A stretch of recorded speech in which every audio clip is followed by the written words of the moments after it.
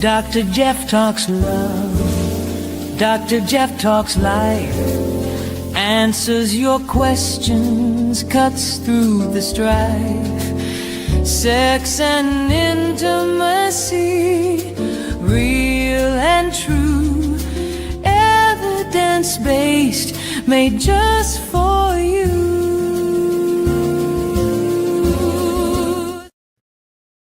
Hello. Welcome to Dr. Jeff Talks About Sex and Intimacy. I'm normally your host, Dr. Jeff Albaugh, but tonight, my dear friend and colleague, Dr. Susan Kellogg-Spadt, will be stepping in as our guest host. I know, try not to fall over from the shock, but I'm actually taking a little time at the beach, earthing, grounding, and trying to thaw out from the cold Chicago winter. Whether you're joining us live or listening later on with this recording, thank you. Truly, I am deeply grateful for each and every one of our listeners. Your presence and your engagement are what make this community so meaningful. So thank you.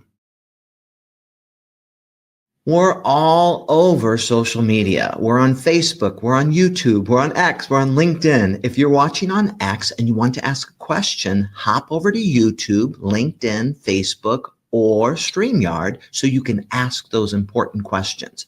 And if you're on Facebook, please, we'd love you to follow us. The more followers we have, the more we can do. And so we really appreciate if you follow us on Facebook. You can also visit our website to learn more about upcoming episodes and catch up on the past ones. And remember, you can listen to us wherever you are, on Spotify, on Amazon, iHeartMusic, Amazon Music. Wherever you are, we're there with you. So whatever your favorite streaming platform is, listen to us there. Most importantly, I want to remind you, as I always do, that all are welcome. Whatever your sexual orientation, your gender identity, or your relationship style, this space is for everyone. What's the goal of the podcast? It's pretty simple. It's to empower and enlighten you with the evidence-based information you need that supports your sexual health, that deepens your relationships, and helps you live your one miraculous, wholehearted life.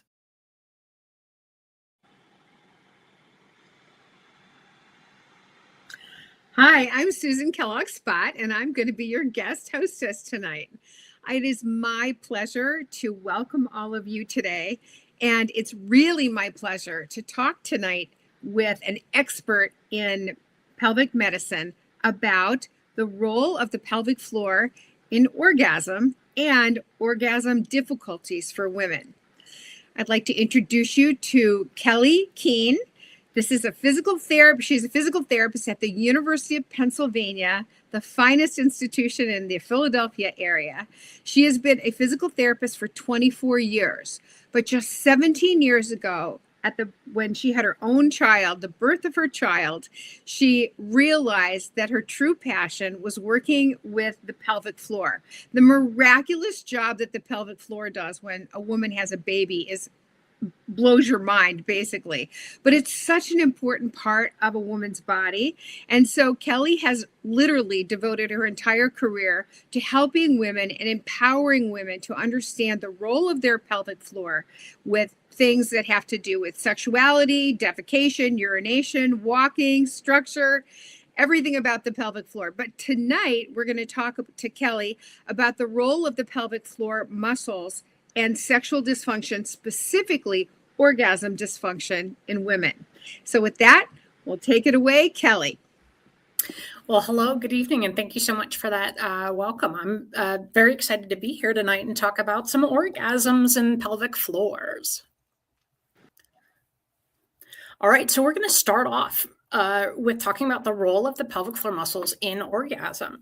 So the basics of the pelvic floor are that they sit kind of right at the bottom of our bony pelvis, and they kind of act like a hammock, supporting the contents of the abdomen, and they can also act like a doorway that keeps urine, poop, and farts in, or it can open them to let them out. Importantly, the clitoris is so much larger than we can see from the outside, right? And this is something that a lot of us aren't very educated in, and we're not very familiar with. So sometimes it can be a little bit difficult to figure out how we can move, how we can interact with our clitoris in ways that really feel good and are not overstimulating. So basically, the clitoris that we see from the outside is just the tip of it. There are two arms of the clitoris that go downwards. So if you think about the clitoris kind of being right here at the tip, the two arms of the clitoris kind of go down along the edges of the vaginal canal. When we start to get aroused, it causes the muscles of the pelvic floor to kind of contract and relax rhythmically. And this speeds up, progressing us towards orgasm. So it's actually an important thing to be able to move from just an arousal state, because that feels good, to the actual release of orgasm. So when we start in early arousal, this kind of signals the body to kind of slow down, to rest, and basically to engorge, to get larger. The pelvic floor muscles kind of show a little bit of very gentle but sustained activation. And as we kind of keep getting more and more aroused, those signals kind of loop through the spinal cord itself.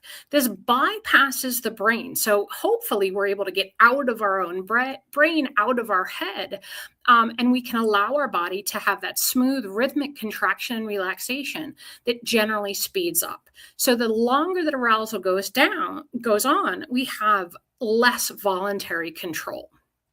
And then right before we reach orgasm, the brain kind of reduces the inhibitory control. So it kind of takes the brakes off. That loop through the spine intensifies, and we get faster, rapid, automatic contraction. And then during orgasm itself, the pelvic floor muscle contractions speed up a lot. They get to less than a second apart. We release all those feel-good neurochemicals, and orgasm actually occurs. And this is a hardwired motor reflex that's very similar to a sneeze. Unfortunately, though, sometimes just like a sneeze where we can kind of stifle it, sometimes our orgasm can be stifled as well. So then how does the pelvic floor kind of interact, and what role does it play in orgasm? There are basically two ends of the spectrum that can really impact orgasm. So if we have tight pelvic floor muscles, it could cause pain. So if the pelvic floor muscles are too tight to allow the penis or anything else that's going in there easy entry, it takes us right back into our brain. It moves us out of our body into our brain, and our muscles tense to protect us. It can block the speed transition so that we don't accelerate towards orgasm, or it can prevent the reflexic release.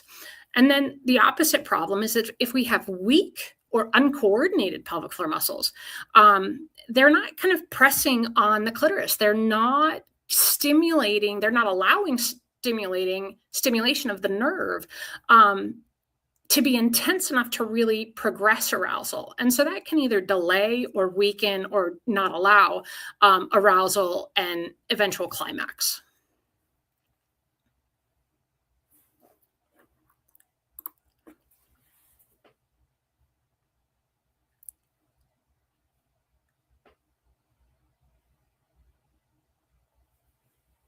But if they're too loose, it can inhibit orgasm as well.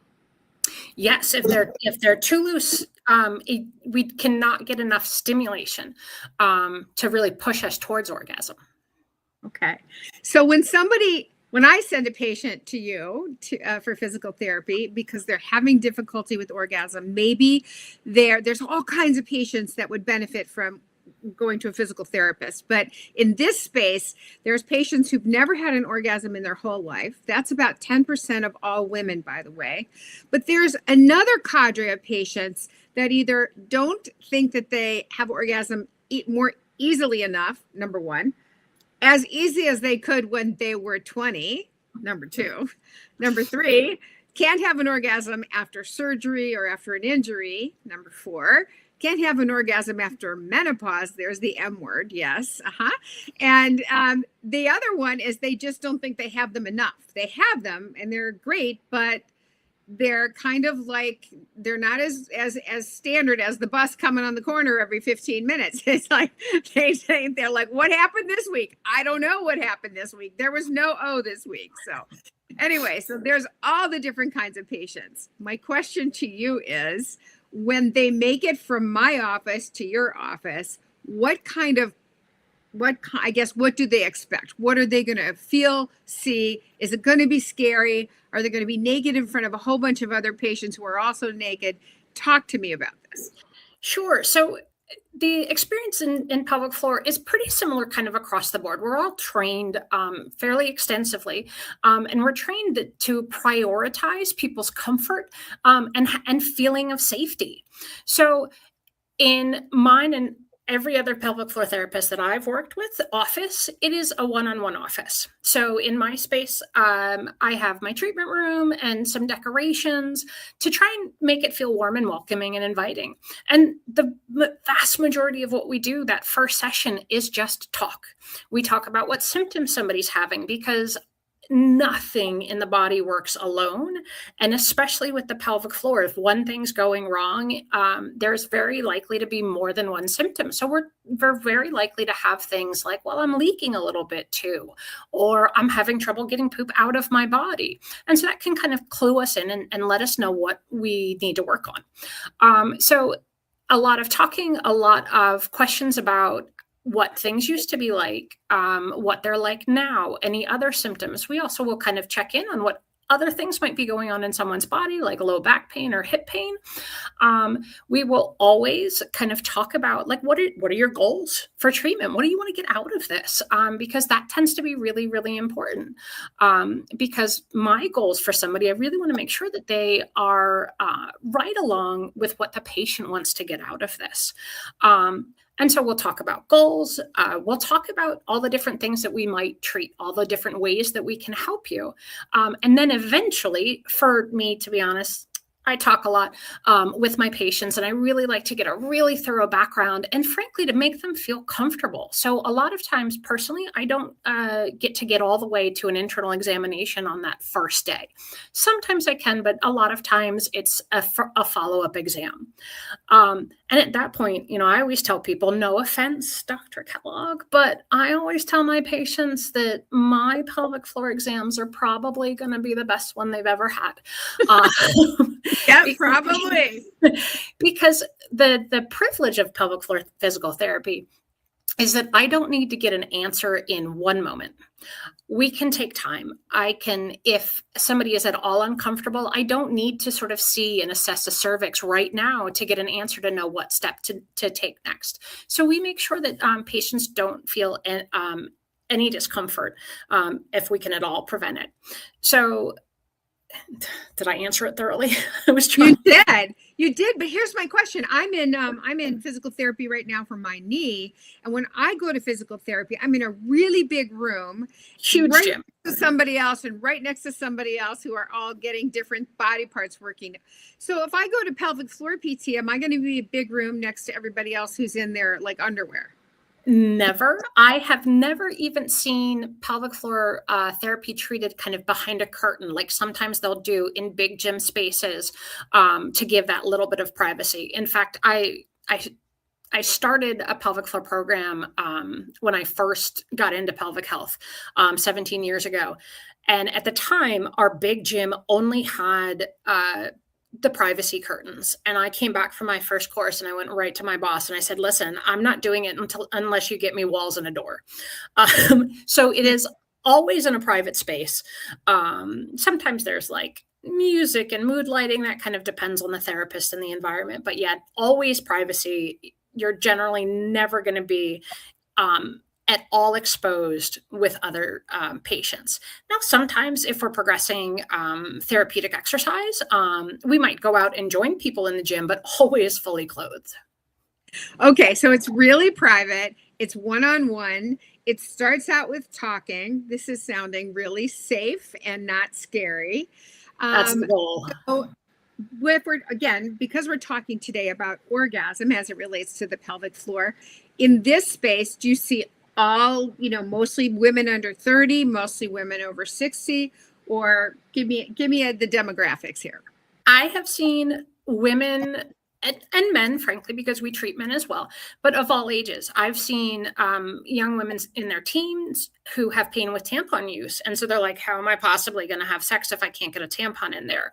So we can start very, very young. And, I've learned to never underestimate the willingness and the power of people that are older than me to have sex. I remember getting schooled with, I think she was probably in her late 80s. And I was talking about, I was like, so are you currently having intercourse? Because we talk about intercourse and pain as it relates to the pelvic floor. And she looks at me, she's like, of course I am, all the time. And I was like, that's amazing. Life goals. So yeah, absolutely. We cover across the lifespan. Okay. So here's my next question. If the patient doesn't have any pain in the pelvic floor, like they feel lovely, but they just can't have an orgasm no matter how, whether it's direct clitoral stim or, something in their vagina, kind of where do you all start with helping them to work their way toward orgasm? So we talk about expectations for orgasm. We talk about past history. We've talked about what things they've tried. And then we'll go to the assessment. We'll see if there's any sort of physical changes that might be contributing to their difficulty with arousal or orgasm. Mm-hmm. And do you think that this is, how do I put this? Do you think this is always a mind-body connection? Is the mind always on board with this? And can it be to your worst enemy on this one, I guess is what I'm trying to say. So unfortunately, very much our mind can be our absolute worst enemy, because if we can't allow our brain to enter a space where it feels safe and calm, or where it's not worrying about when do I need to pick up the kids? Is the baby going to cry right now? Am I going to get interrupted? If we can't take ourselves out of that space, then it can be very difficult to achieve orgasm. So, I'm not a therapist or a sex therapist. I'm not a psychologist, but there's so much interplay between the brain and the body that we really kind of talk, and we can take some time to explore that through our sessions. You know what I thought was so interesting is when you were talking about the physiology of orgasm, you said at this point, the brain has to kind of quiet down and allow for the sensations to come through. And I was thinking, if you're or whatever, a patient sitting there going, oh God, I hope I can do it. I hope I can do it. I hope I can do it. Am I being judged? Am I being judged? I really want this. I really want this. That's going to absolutely short circuit the orgasm. Would you agree? Oh, 100%. It's almost like the more you want to get there and the more you're in your head about getting there, sometimes the more elusive it can be. Sometimes the conversations that I have with patients are, for so many of us, a good, in quotes, sexual experience requires orgasm. When in fact, orgasms are nice. Don't get me wrong, but there can be a lot of intimacy that's connected with states of arousal and with all different kinds of sort of sex and intimacy that doesn't require arousal. So the more pressure we get, it doesn't require climax. So the more pressure we mentally put on ourselves, it is very frequent that reduces our ability to actually relax enough to reach orgasm. So maybe to distill this, if a person who's working with you and with me, and they're working toward improving their orgasmic life, if they would maybe not expect an orgasm as they're on the road to orgasm, just don't expect it at all. Just expect relaxation and letting the pleasure happen, or feeling pleasure rather than pain. But that's it. That's the sum total of the experience expectations. Am I right? Yeah. And if they can, the more they get into the sensation itself and the fact that the sensation feels good, because for most people, arousal feels great. And the more we can get into our body and really experience those pleasurable sensations, it's almost like climax will kind of slip in a little bit easier just because you're not paying attention to it. So yeah, sometimes we really sort of focus on our breathing and our muscle tension and really kind of get out of the space of trying to have a climax. Absolutely. Okay. So what would you say to a woman who can easily have an orgasm with herself through self-pleasuring and masturbation, but for all the tea in China, she can't have an orgasm, either external stim with her partner or internal penetration with her partner? Well, I would say that, first of all, she's not alone, because there are a lot of people that find it much more easy to get themselves there than to have somebody else get them there. The other thing that I really want to make sure that the patients that I work with know is that so many women, a larger percentage of women, cannot reach orgasm through vaginal canal stimulation alone. A lot of women need at least a little bit of clitoral stimulation to achieve orgasm. And I kind of, not to bring it to too base of a line, but one of the things that I frequently talk with patients about is kind of like, the vaginal canal feels really good for a penis, and the clitoris feels really good for us in our body. So a lot of women really share that experience. And so we will talk about, how do you talk to your partner about what feels good for you? How long have you been, masturbating the same way? Because our brain gets really, really used to kind of getting from point A to point B very quickly when we know exactly how to move. And so if somebody's moving in a way that doesn't really match what our history is and the way we kind of interact with ourselves, then it can be really hard for our brain to sort of say, oh, I'm supposed to orgasm next. Okay. And so we'll have conversations about things like mutual masturbation. Has your partner ever watched you masturbate so they can get a sense of what you do to yourself that they might be able to replicate? We talk about, basically, when did you start orgasming?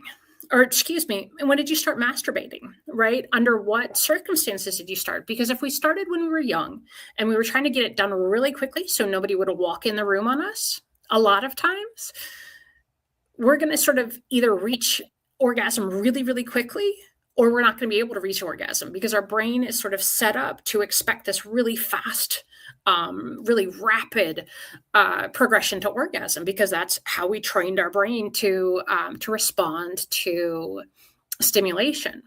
The other thing I talk about with patients is, there's some really cool toys that are out there that are like, vibrators that are designed to wrap around the base of a man's penis or anything else that's going inside, that can kind of provide that clitoral stimulation in addition to the stimulation of the vaginal canal.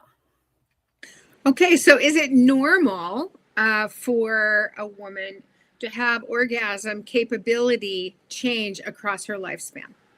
Unfortunately, yes. Okay. I was just talking with a patient about this, that, when we're in our mid-20s or early, it seems like it's so easy. We have much higher levels of lubrication with arousal. And then, that M word, menopause and perimenopause, we get hormonal changes that absolutely impact the pelvic floor and impact the pelvic floor function. And so all of a sudden we kind of can't get there anymore. This is unfortunately really, really common.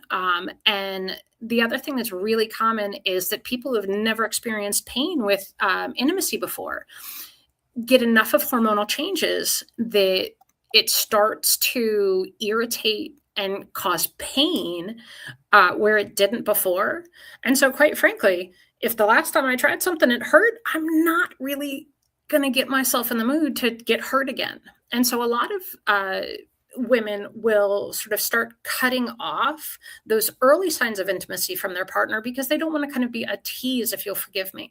They don't want to sort of, if it was painful last time and I don't want to have that pain again, then we sort of tend to remove ourselves from the things that will set us up for that pain. So, that kind of rubbing of the back while you're in the middle of doing dishes that leads to the kissing that leads to the everything else. Well, as soon as you touch it, you're like, back off. Like, what are you, leave me alone. Can you go take care of the kids or whatever? And so there's a lot of factors that absolutely change. And, my rule with my patients is sex is not supposed to hurt ever. Sex is supposed to be good. And so that's absolutely a reason to come see someone like yourself and someone like myself to get back to sex feeling good. So you brought up a point, and that's that every sexual scenario doesn't have to end in orgasm. And maybe taking the pressure off to orgasm would actually be good for us to just really enjoy, to enjoy the sundae without the cherry on top, as it were. Really enjoy the ice cream, to feel the ice cream in the mouth, to, oh my goodness, this tastes so nice, and not necessarily get to the ending. And I think we've all been socialized in that sex has a beginning, a middle, and an end. And Jeff would be, if Jeff were here right now, which he's probably watching, he's probably going, right, go for it, because he cannot stand the fact that people see it in such a kind of a very small way, like it always has to happen in a bedroom. It always has to happen in this way. And it always has to end in orgasm. Now, there is a little bit of a difference. I think you'd agree with me that sometimes the experience ends in orgasm more frequently for men than it does for women.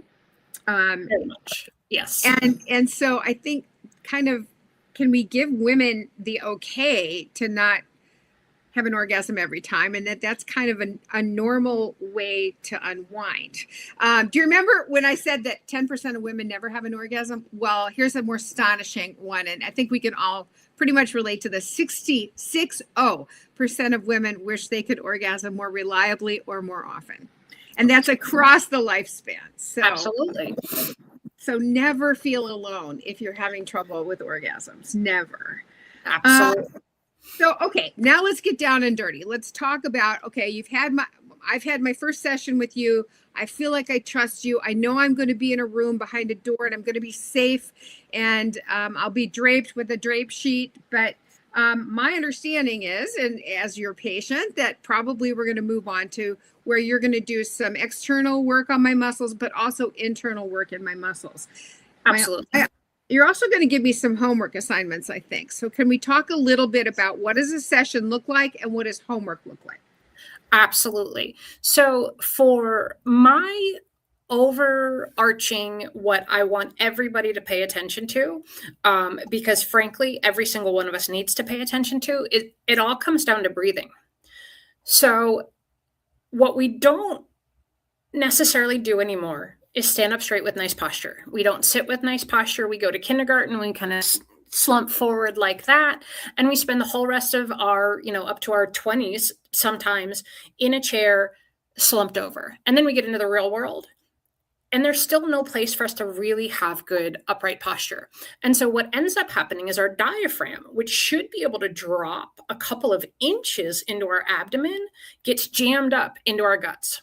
And so I always start an assessment with, show me how you do a big belly breath, right? And I tend to do a lot of manual therapy throughout the abdomen because there's a lot of tension that's related between the abdomen and the pelvic floor. I tell people we have connective tissue that's kind of like Spider-Man's costume. And if Spider-Man were to be grabbed by the bad guy right in the tummy, and the bad guy kind of picks him up and says, Spider-Man, right? Where's Spider-Man going to feel that first? Right in the crotch. He's going to go on his toes and start singing soprano. And so we'll do some work through the stomach, which kind of feels like somebody kind of rubbing your belly in a lot of my early sessions with people. And then again, we do that internal assessment and we figure out exactly what's happening, because unfortunately for a lot of people, we don't know when our pelvic floor muscles are too short and too tight. And because they can kind of give us a lot of similar symptoms being totally disparate. Right? So if my pelvic floor muscles are too tight, I might pee when I sneeze because they're already engaged. They can't give any more if they're already really engaged. Mm-hmm. Or I'm going to leak because my pelvic floor muscles are weak and they just can't support it enough. Right? So those, just the symptoms alone aren't really going to tell us what's going on inside.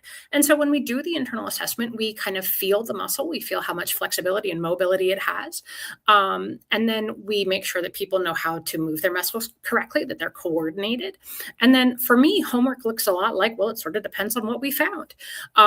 If someone, when someone shows me that they can't breathe well, then we prioritize that. Because if you think about the fact that the diaphragm's up here, and then we've got the guts, and then we've got the pelvic floor at the bottom, if the diaphragm drops, it compresses the guts, the pelvic floor drops. So when we exhale, it goes up. When we inhale, it goes down. And so the pelvic floor muscles should be functioning like this throughout the day, keeping us mobile. And when they can't, when they're too short and tight, I kind of tell people that it's sort of like if you're sitting in the back seat of a car, right? My husband has a Fiat 500 pop. It's this like little teeny tiny car. And so sitting in the back of it is horrible. Your knees are around your elbows and you just feel stiff in it. And what you need to do is move, right? And so if our pelvic floor is stiff, we need to move it, right? If our pelvic floor is weak, we also need to move it. We need to squeeze it, right? I always tell people, my favorite cue to get people to do a pelvic floor muscle contraction correctly is if you think of a claw machine, right? You know, that game at the store that my son always wants me to let him play, that kind of grabs the toy and pulls up. Mm-hmm. Well, that's what our pelvic floor needs to do. Our vagina kind of closes and lifts up towards our head. Yep. So I tell people, imagine that your vagina was a claw machine and you were trying to pick up toys. And so very similar to the way that somebody with really tight shoulders or a lot of tension that they're carrying through their upper traps, what we might say, hey, listen, I want you to move. I need you to stretch yourself throughout the day. So we might teach them to kind of do big shoulder rolls, get some mobility going. We can do the same thing with the pelvic floor. So I try to get people in terms of homework to think about what isn't happening correctly in my body. If I'm too stiff, I need to move more. If I'm weak, I need to make myself stronger. And so I personally like to realize that most of the people that I work with have lives a lot like me. Right now, as we're talking, it's about 8:30 at night, and I've been at work since about 8:45 this morning. And so if you told me I need you to sit down on a table or lay down on the floor and do 20 to 30 minutes of exercise, I would not be able to do that consistently through my week. I might be able to do that a couple of times. And so with my patients, I really like to try, and I think it's kind of across the board. We try and give things that are really functional that you can do really frequently throughout your day. And especially because our pelvic floor muscles are part of our posture, right? And so if somebody comes in and they've got poor posture, I'm not going to say, well, can you sit up straight? Cool, you sat up straight. Now your posture is fine, right? Mm-hmm. No, because immediately we go back into that slumped position. And so if our pelvic floor muscle is too tight and we're trying to do that breathing and we do it once and we get our pelvic floor muscles to relax and that's doing great, and then we keep moving through our day, our pelvic floor muscles are going to get tight because that's where they know where to set. And so a lot of very easy, quite frankly, anyone can sit and do pelvic floor muscle exercises in just about any position, because I always tell people you got to do it like a ninja. You got to be able to have somebody looking right at you and be doing these movements, because our pelvic floor should be that independent. Okay. Sometimes if someone needs it, we kind of go more into, I'm going to need you to lay down and this is how we're going to move your hips, or we're going to strengthen, because there's a whole lot of coordination that goes on between the core muscles, the hips. So sometimes we do sort of more kind of traditional PT exercises as well. But a lot of it comes down to the small things that we can do really frequently through our day. That sounds amazing. I can't tell you how many patients believe that the thing that they learn most in PT and the thing that they learn most to help them become orgasmic was breathing.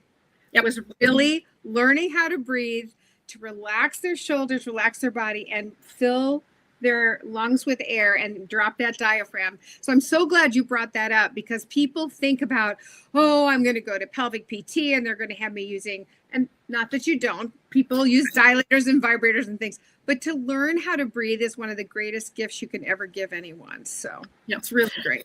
Yeah. And not only that, but a lot of times, one of the things that happens as we progress towards orgasm is we tend to get kind of caught up here in our chest. And we're getting so close and we forget to breathe. And then everything stiffens up and we can't do that nice rhythmic less than 1 second contraction to sort of cross that bridge into orgasm. So a lot of times we do talk about focusing on the breath while we're feeling these good sensations, and just breathing better can sometimes help move us more into orgasm.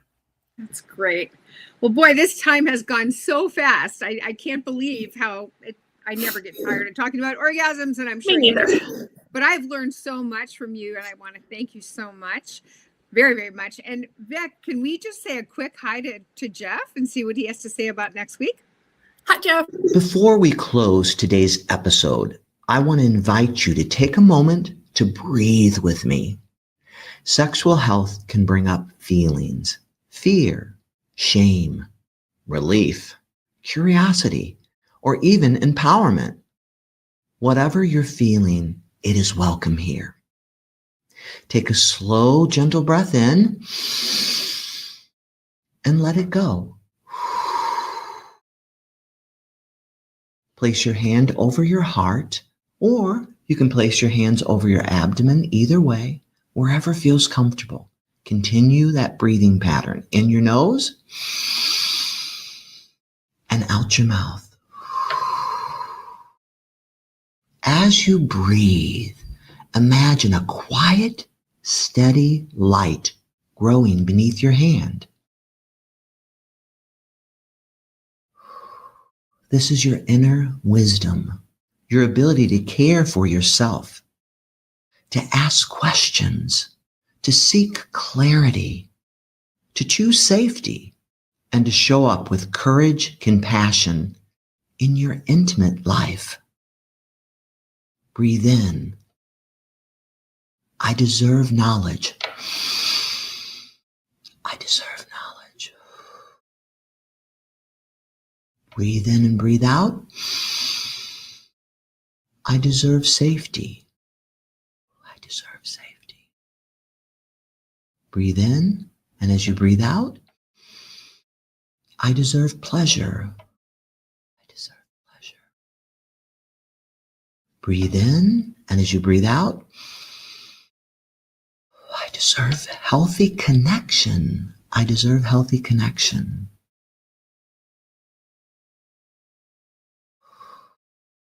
Let one more deep breath flow in and out. When you're ready, gently return to the room around you, knowing that your sexual well-being is an essential part of your whole person, and you are worthy of care, of honesty, and of joy.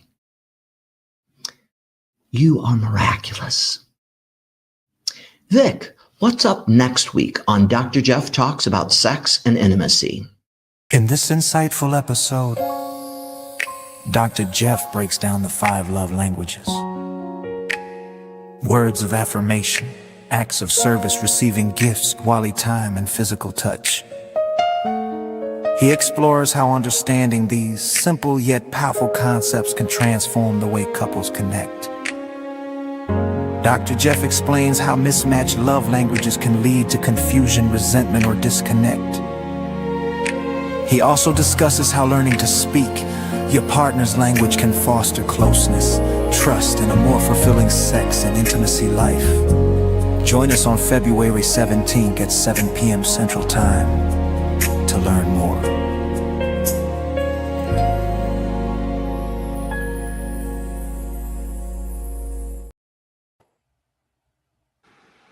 Oh, that sounds good. Pretty exciting. Definitely. Well, our final words to you are, Dr. Jeff just said you deserve honesty, you deserve breath. Well, I think you deserve orgasm myself. So those are our final words to you. Kelly, can you help our listeners find physical therapists in their area? Absolutely. There's one of the number one resources that you can look at is the American Physical Therapy Association. So it's apta.com. And you can search for a pelvic floor physical therapist. And you can search using your Zip code? Yeah, words were just not coming. You can search using your zip code so you can find someone in your area. Great. Well, everybody, thanks for joining us tonight. A special thanks to Kelly Keane, who is the expert in the pelvic floor, helping women have orgasms one pelvic floor contraction at a time. And feel free to tune in to Dr. Jeff Sex Talk for all of the great topics that we talk about through the year. Thanks for coming tonight and joining us. So much. Who's Dr. Jeff talks about sex and intimacy, breaking down the science, setting your spirit